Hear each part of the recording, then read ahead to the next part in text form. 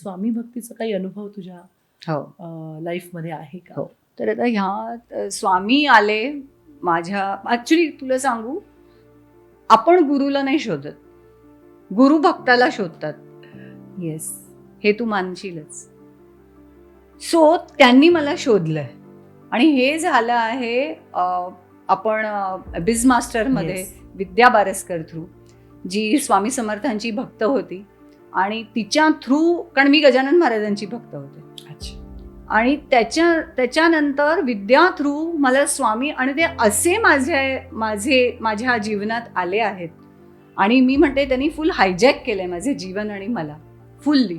मला एक अनुभव असा सांगावाचा वाटतो की लग्न जेव्हा माझ्या मुलीचं व्हायचं होतं, फेब्रुवारीत ह्या वर्षी लग्न झालं, मला असं खूप वाटायला लागलं नोव्हेंबर डिसेंबरमध्ये की माझ्यावर खूप जबाबदारी आहे. म्हणजे एवढी जबाबदारी आहे की काहीतरी मला खूप रेस्टलेस झालेली मी, आणि मला कळत नव्हतं माझी जबाबदारी काय आहे. तर आम्ही आमची जी कुलदैवी आहे विजयादुर्गा गोव्याची, केरीची, तिथे आम्ही जेव्हा गेलो होतो, आणि हे ऑफकोर्स तुला माहिती आहे, हे मेसेजेस खूप लवकर देतात, खूप छान देतात आणि खूप क्लॅरिटीनी बोलतात आपल्याशी. तर मी विजयादुर्गाच्या देवळात जेव्हा होते आणि माझे दीर जाऊ सगळे आलेले होते, मला असं माझ्या मिस्टरांना मी म्हटलं की दीर जाऊंना पण सांगा यायला. मला खूप असं वाटत होतं की विजयादुर्गाची पूजा ह्या दोघं भावांनी एकत्र करावी, कारण मी सगळ्यात धाकटी सून आहे घाटणेकर घराण्यातली. सो मला असं खूप वाटलं होतं की हे मोठे जे दीर आहेत माझे आणि हे सगळ्यात धाकटे, दोघांनी एकत्र अभिषेक करावा विजयादुर्गाचा. तर आम्ही गेलो देवळात, अभिषेक वगैरे झाला, मी डोळ्यांनी बघितला, मला खूप समाधान वाटलं. आणि मग मी दीर जाऊ आणि मिस्टरांना म्हटलं आता आपण आपल्या आपल्या खोलीत जा, मी आता ध्यानात बसते. आणि मी देवळातच ध्यानात बसले आणि ध्यानात विजयादुर्गासाठी बसले, आणि हे येऊन समोर आले माझ्या. मी म्हणाले तुम्ही कसे काय समोर आलात? मी विजयादुर्गाच्या ध्यानात बसली आहे. तर ते त्यांच्या आईच्या रूपात आले. हो. आईच्या रूपात आले आणि समोर येऊन मला म्हणाले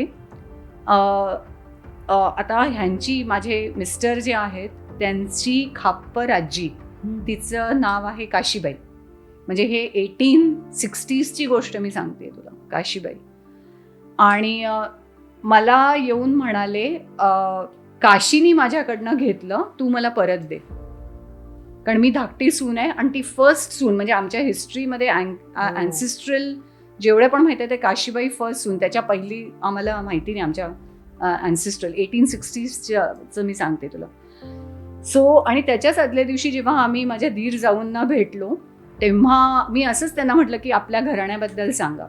तर बऱ्याच काही गोष्टींचा खुलासा झाला त्यावेळेला आमच्या घराण्याबद्दलचा.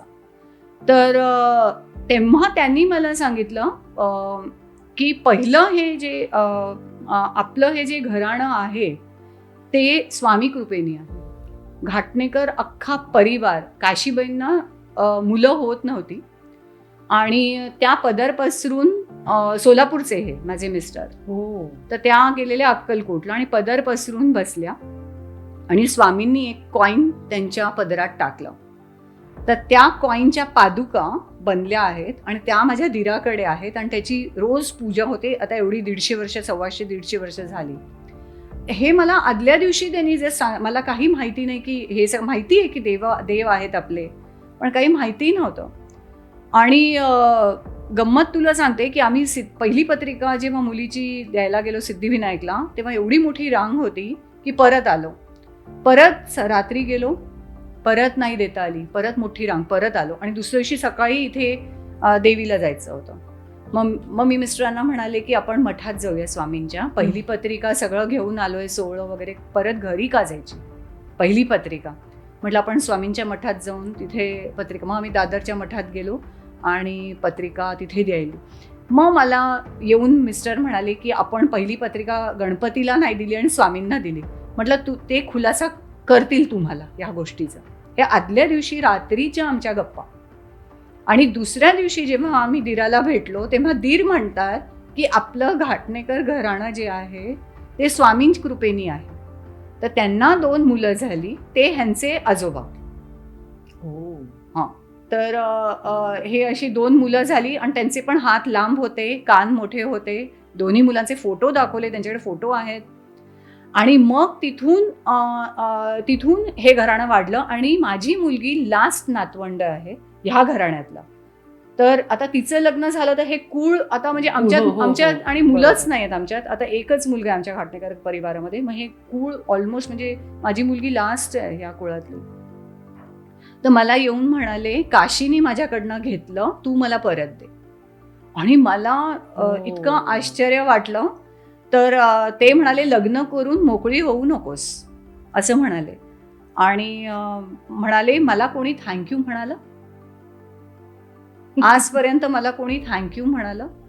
त्या बाहेर काढ पादुका आणि सगळ्यांना नमस्कार करायला सांग, एवढं म्हणाले. आणि मला म्हणाले, माझ्या सासूबाईंचं नाव सुधा घाटणेकर, म्हणाले सुधाच्या देख्यात हा सोहळा कर म्हणाले, पत्रिका छाप, एवढं क्लिअर मेसेज.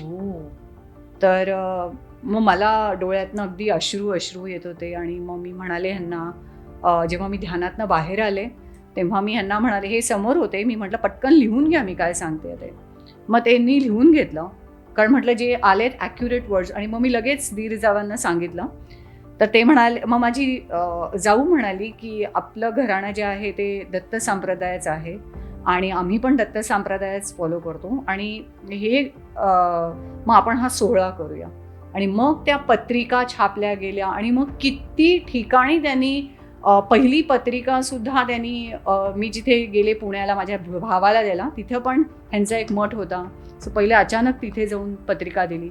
सो अशा पद्धतीनं म्हणजे त्यांनी ते हे केलं. आणि तो सोहळा झाला आमचा जानेवारीमध्ये आणि पुण्यातच केला आम्ही तो सोहळा. सगळे घाटणेकर मंडळी एकत्र आले, आमची फुल फॅमिली. आणि त्याच्यानंतर मला जे रिलॅक्स झाले, म्हणजे जी एक जबाबदारी मला वाटत होती. सो हा फोटो जो तू बघतीयस तो त्या सोहळ्याच्या वेळेलाच केलेला. आणि ह्या पादुक्यांचं पण पूजन त्याच वेळेला झालेलं आहे. जरी मी अक्कलकोटला जाऊन आले होते आणि वटवृक्षाच्या पादुका करून आले, पण त्यांचं पूजन झालं नव्हतं. खूप क्लॅरिटीनी ते गाईड करतात आणि आत्ताही ते मला वाटतं तेच सांगतात तुला जे त्यांना सांगायचं असेल. माध्यम फक्त मी आहे.